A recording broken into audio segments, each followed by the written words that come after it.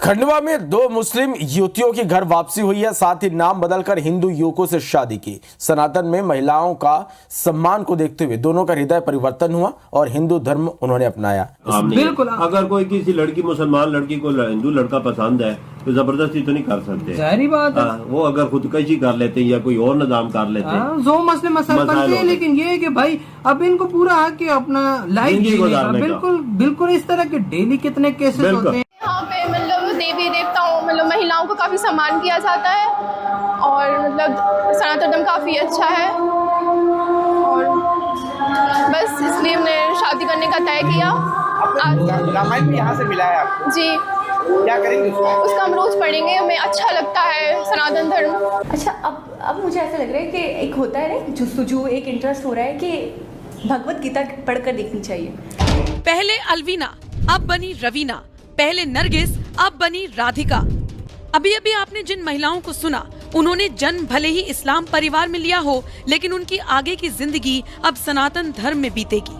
ऐसा इसलिए क्योंकि अपने मन से, अपनी खुशी से इन लड़कियों ने इस्लाम को त्याग कर घर वापसी की है और सनातन धर्म को अपना लिया है।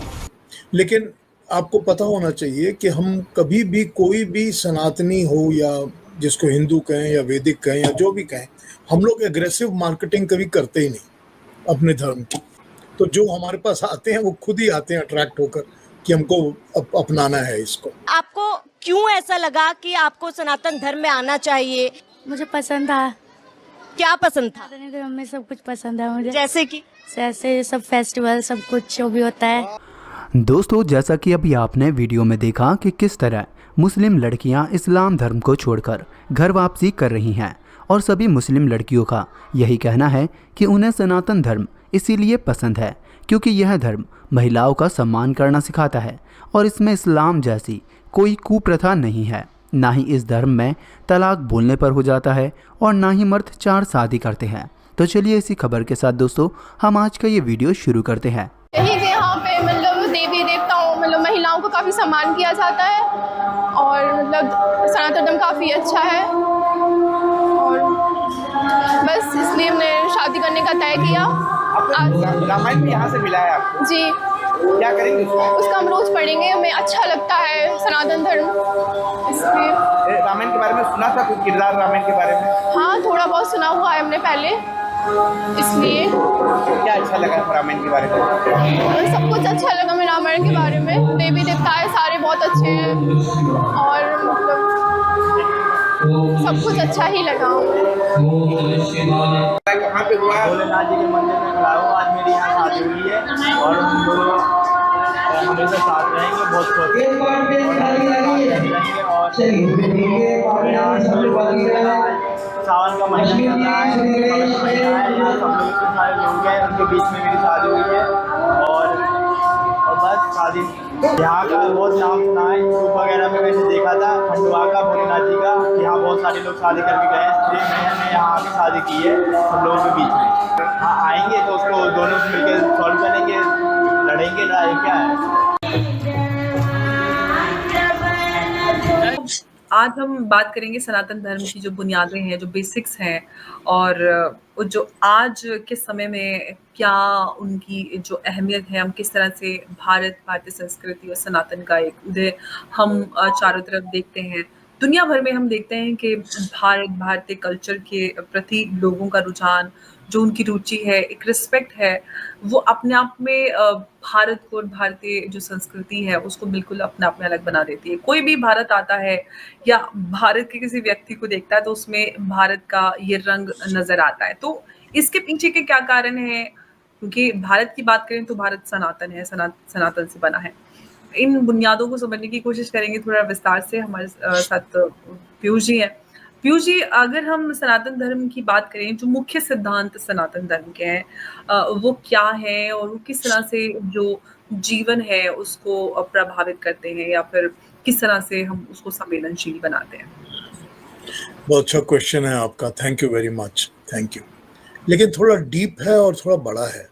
मैं कोशिश करूंगा इसको आंसर करने की, और या कोशिश करेंगे कि 2 बार 3 बार में हो जाएगा।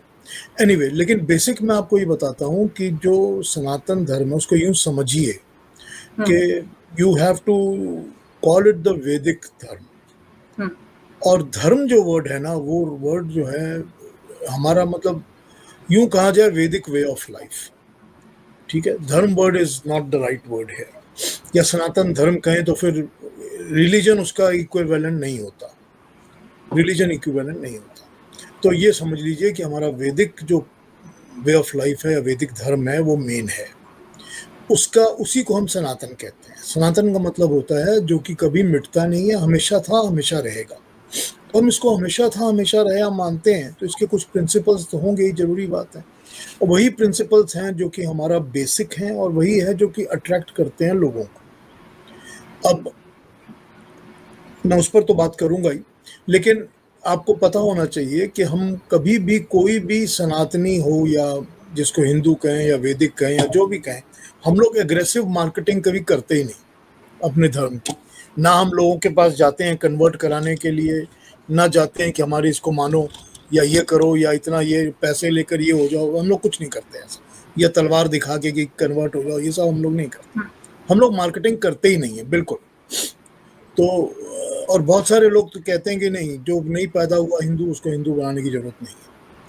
तो इस तरह का एक हमारे अंदर, इसीलिए हम लोग कभी इसको फैलाने की कोशिश करते ही नहीं है। तो जो हमारे पास आते हैं वो खुद ही आते हैं अट्रैक्ट होकर कि हमको अपनाना है इसको।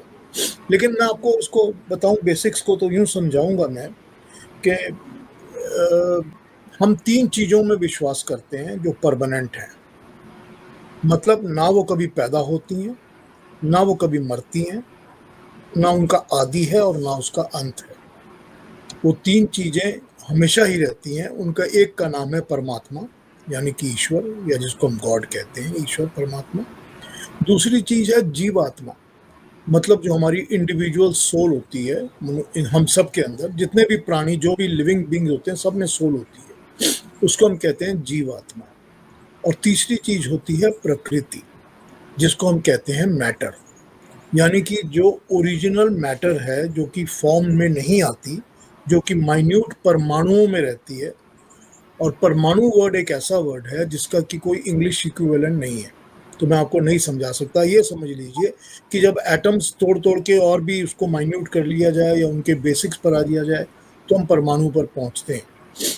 तो जो बेसिक परमाणुओं का शक्ल होती है मैटर की, नेचर की, प्रकृति की, वो परमानेंट होती है। तो ये 3 चीजें परमानेंट हैं, ठीक है। ये कभी मिटती नहीं है, कभी पैदा नहीं होती, कभी मरती नहीं। अब इसके बाद होता ये है कि परमात्मा जो है वो परमाणुओं के ऊपर अपनी शक्ति या तेज डालता है या अग्नि डालता है।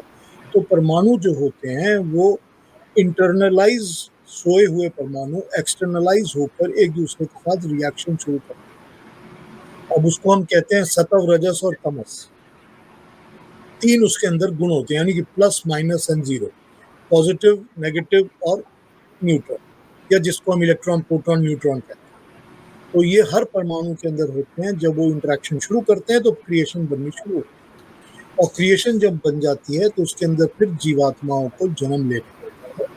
और जन्म लेने का प्रिंसिपल होता है, क्योंकि जन्म तो किसी ना किसी बॉडी में ही लेगी, कोई ना कोई बॉडी तो होनी चाहिए, चाहे ह्यूमन बॉडी हो, चाहे एनिमल बॉडी हो, चाहे कोई भी बॉडी। जन्म लेने का प्रिंसिपल जो होता है वो बेस्ड होता है हमारा सेकंड प्रिंसिपल, जो कहता है कर्म का